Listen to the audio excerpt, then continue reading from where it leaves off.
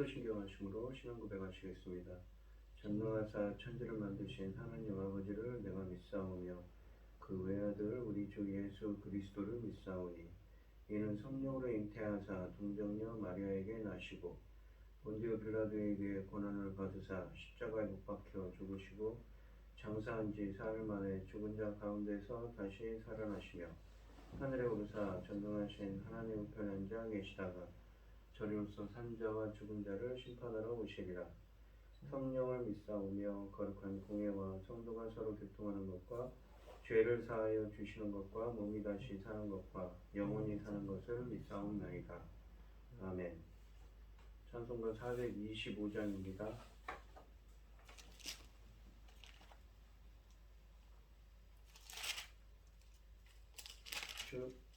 주님의 뜻을 이루소서. 고요한 중에 기다리니 진흙과 같은 날 빚으사 주님의 영상 만드소서. 주님의 뜻을 이루소서.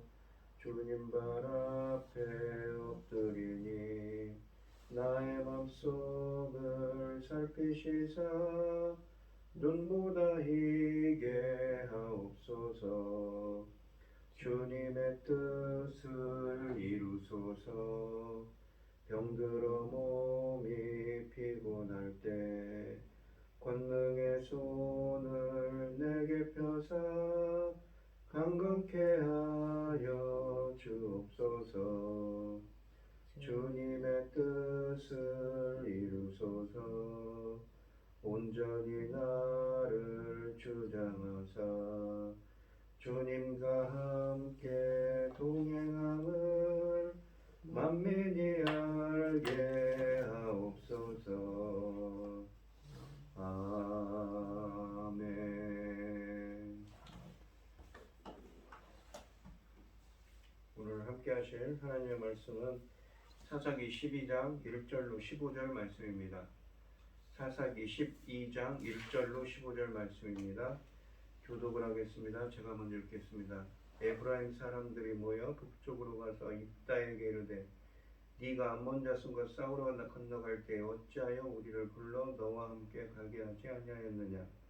우리가 반드시 너와 네 집을 불사르리라 하니 이따가 그에게 이르되 나 내 백성이 암몬 자손과 크게 싸울 때 내가 너희를 보되 너희가 나를 그들의 손에 구원하지 아니하므로 나는 너희가 도와주지 아니하는 것을 보고 내 목숨을 돌보지 아니하고 건너가서 암몬 자손을 쳤더니 여호와께서 그들을 내 손에 넘겨주셨거늘 너희가 어찌하여 오늘 내게 올라와서 나와 더불어 싸우고자 하느냐 하니라.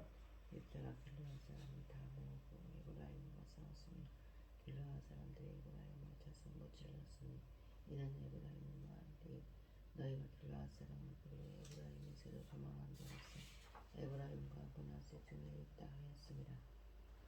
길르앗 사람들이 에브라임 사람보다 앞서 요단강 나루턱을 장악하고 에브라임 사람의 도망하는 자가 말하기를 청하건대 나를 건너가게 하라 하면 길르앗 사람이 그에게 묻기를 네가 에브라임 사람이냐 하여 그가 만일 아니라 하면 그에게 이르기를 십불을 시니라 바로 말하 하여 에브라임의 사람이 그에게 바로 말하지 못하고 십불리시라 발언하면 길르앗 사람을 그대로 잡아서 요단강 나루에서 죽었더라. 그때 에브라임 사람이 죽은 자가 42,000명이었다. 입다가 이스라엘의 사사가 된 지 6년이라 길르앗 사람 입다가 죽음에 길르앗에 있는 그의 성읍에 장사되었더라. 그 뒤로 엘리야 베들레헴 엽산에 이스라엘 사사가 되었더라. 그가 아들 30명과 딸 30명을 두었더니 그가 딸들을 밖으로 시집 보냈고 아들들을 위하여는 밖에서 여자 30명을 데려왔더라. 그가 이스라엘의 사사가 된 지 7년이라. 엽산이 죽음에 베들레헴에 장사되었더라. 그 뒤를 이어 스불론 사람 엘론이 이스라엘의 사사가 되어 10년 동안 이스라엘을 다스렸더라. 스불론 사람 엘론이 죽음에 그 스불론 땅 아얄론에 장사되었더라. 그 뒤를 이어 비라돈 사람 힐렐의 아들 압돈이 이스라엘의 사사가 되었더라.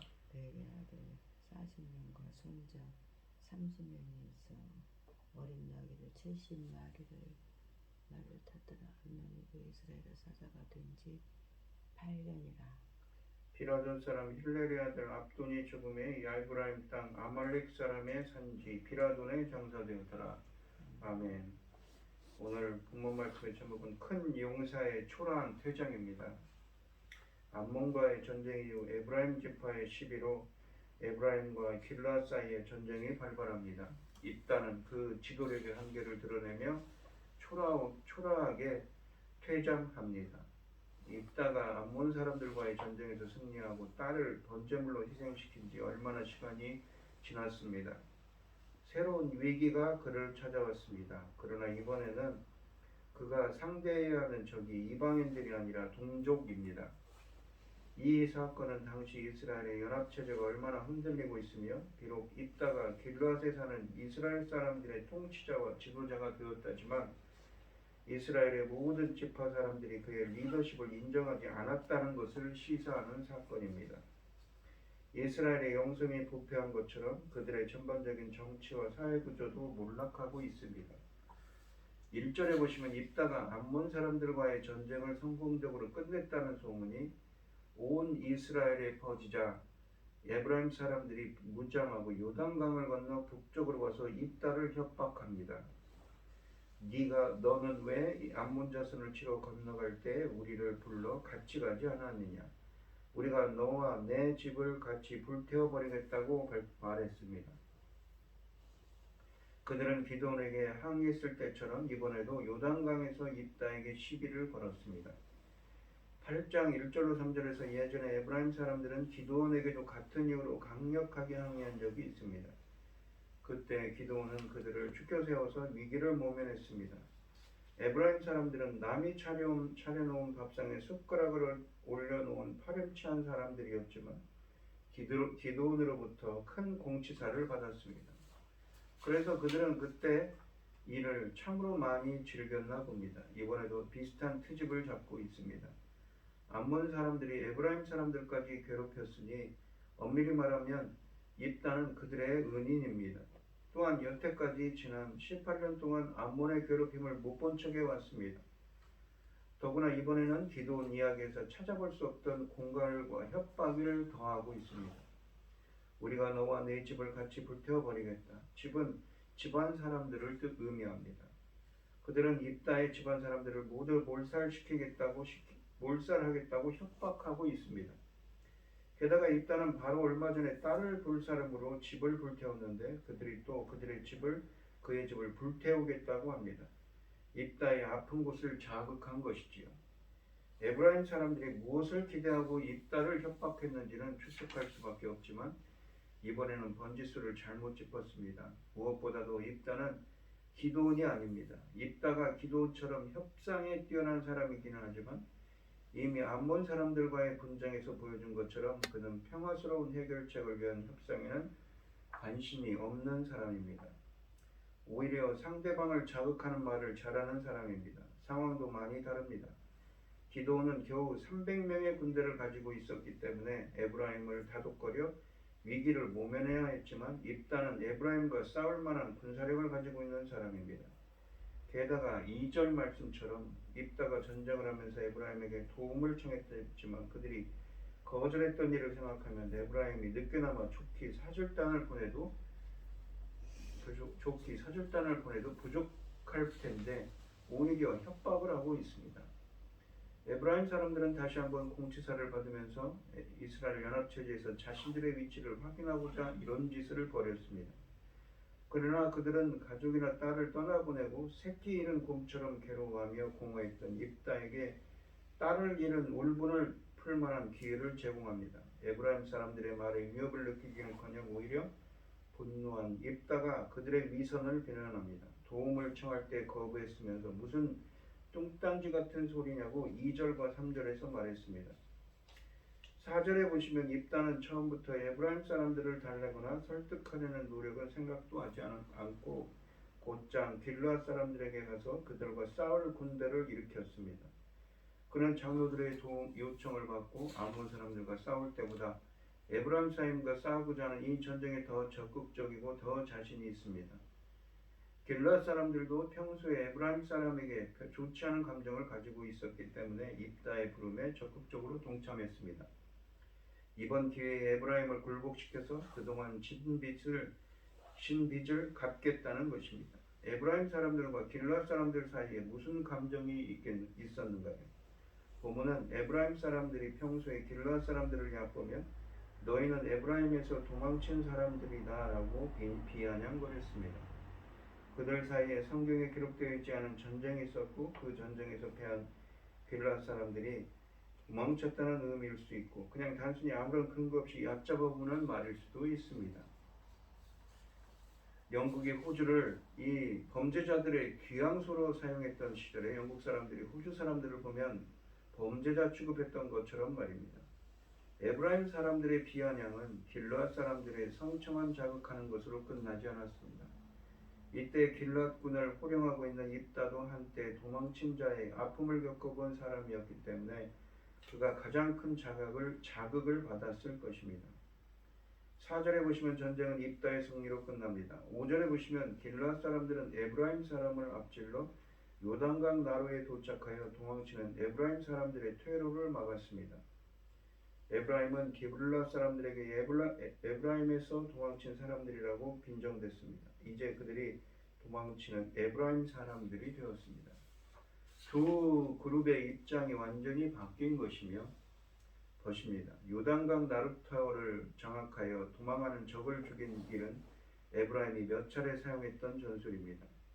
그들은 에훗이 모압 사람들을 상대로 싸웠을 때, 기드온이 미디안 사람들을 상대로 싸웠을 때 이 방법으로 많은 패잔병들을 처리했습니다.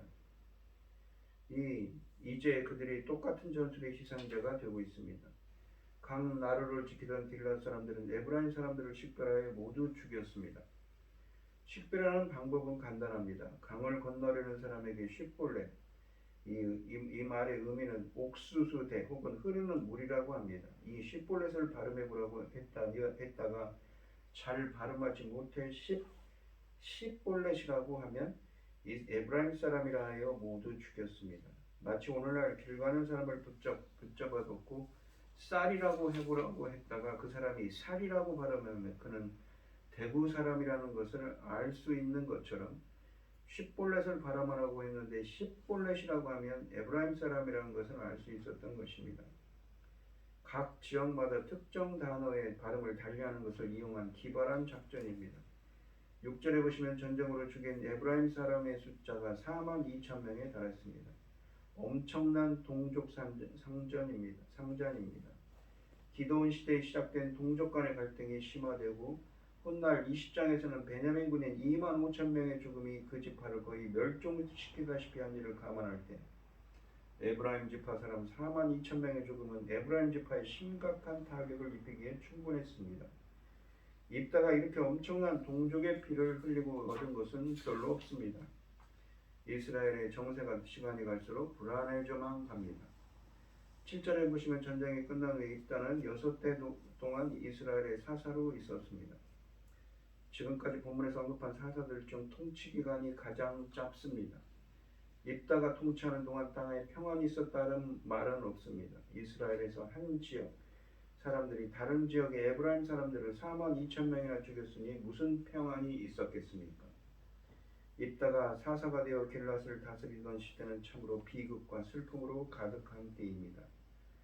8절부터 10절 말씀은 사사 입산에 대해 말씀하십니다. 입산의 이름은 날렵한 자로 풀이되며 구약에서는 이곳에만 등장하는 이름입니다.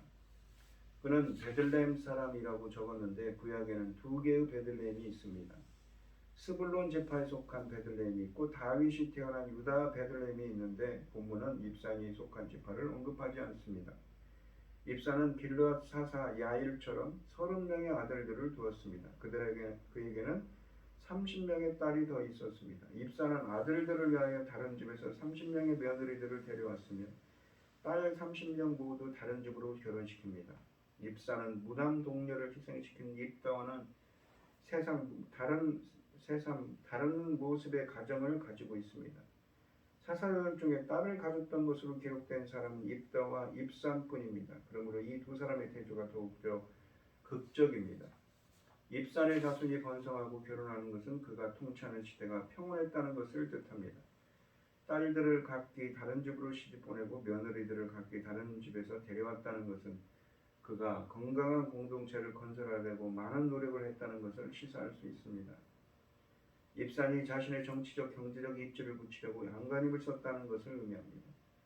자녀들의 결혼을 정략적으로 사용하여 개인의 이익을 추구했으며 입산은 자녀들의 결혼을 통하여 가나안 남쪽 지역으로 영향력을 뻗어나갔습니다. 소사사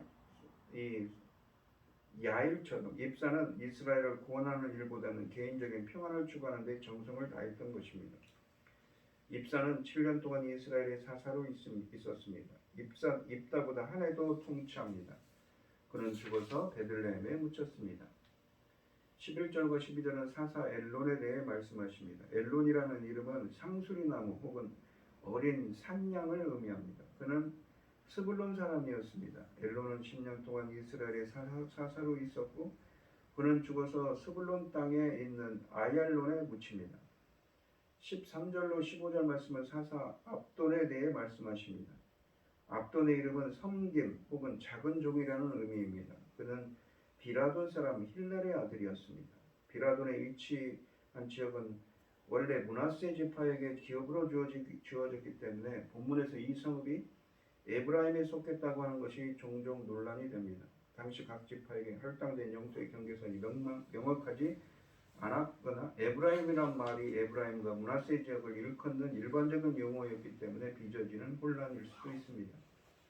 본문은 이 에브라임 땅을 아말렉 사람의 산간 지방이라고도 하는데 아말렉 족은 미디안 사람들과 연관이 있는 사막의 유목민 족속들입니다. 아말렉 족이 어떻게 이 지역에 정착하게 되었는가는 알 수 없는 일입니다. 힐렐이라는 이름을 지닌 사람은 구약에서 압돈의 아버지뿐입니다. 압돈의 시대가 매우 평화로웠다는 것은 그가 40명의 아들을 두었던 것에서 알 수 있습니다. 본문은 그의 미래 또한 밝다는 것을 그가 아들 40명 외에도 다른 세대를 보장하는 30명의 손자를 두었다는 정보를 제공하며 강조합니다. 그는 8년 동안 사사로 통치하다가 죽어 비라돈에 묻힙니다.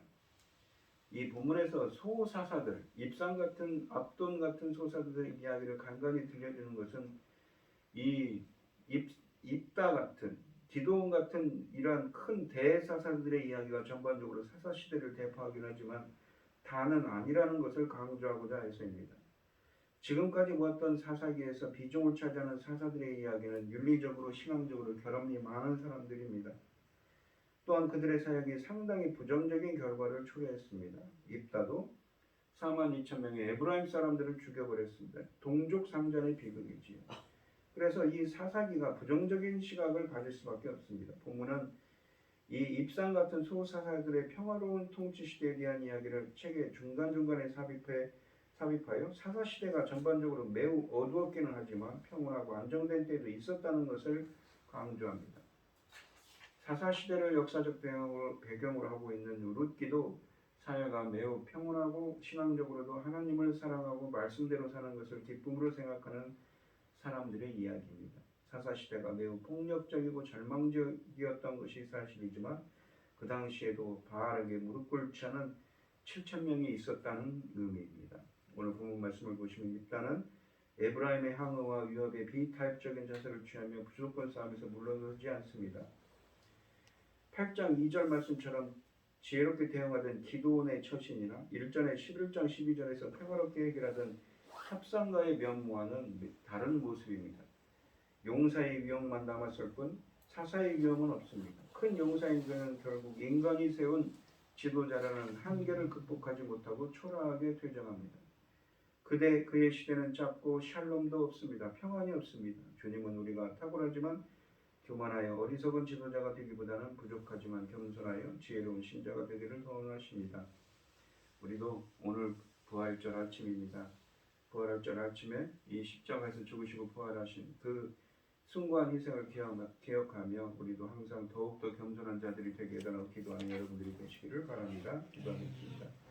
하나님 아버지 감사합니다. 오늘 하루도 부활하신 십자가에서 죽으시고 부활하신 예수님처럼 부활의 아버지 그 숭고한 뜻을 갖들며 겸손한 삶을 살아가는 저희들이 되게 하여 주시옵소서. 이 모든 말씀 거룩하신 예수님 이름으로 기도합니다. 아멘. 하늘에 계신 우리 아버지여 이름이 거룩해짐을 받으시오며 나라의 마옵시며 뜻이 하늘에서 이룬 것 같이 땅에서도 이루어지이다. 오늘날 우리에게 일용할 양식을 주옵시고 우리가 우리에게 죄 지은 자를 사하여 줄 것 같이 우리 죄를 사하여 주옵시고 우리를 시험에 들게 하지 마옵시고 다만 악에서 구하옵소서. 대개 나라와 권세와 영광이 아버지께 영원히 있사옵나이다. 아멘. 오늘 주신 말씀 가지고 기도할 때에요, 우리가 십자가에서 죽으시고 부활하신 예수 그리스도의 그 숭고한 사랑을 기억하며 우리들도 그 십자가를 걸어갈 수 있도록 겸손한 삶을 살 수 있도록 인자의 일단으로 기도하시고 어림을 당하신 분들과 각자 기도 제목을 가지고 주여 상청하시면서 통성으로 기도하도록 하겠습니다. 주여 주여 주여 아버지 하나님 감사합니다. 오늘 하루도 부활주일입니다. 십자가에서 죽으시고 부활하신 예수 그리스도의 은혜와 사랑을 기억하는 오늘 하루가 되게 하여 주시옵소서.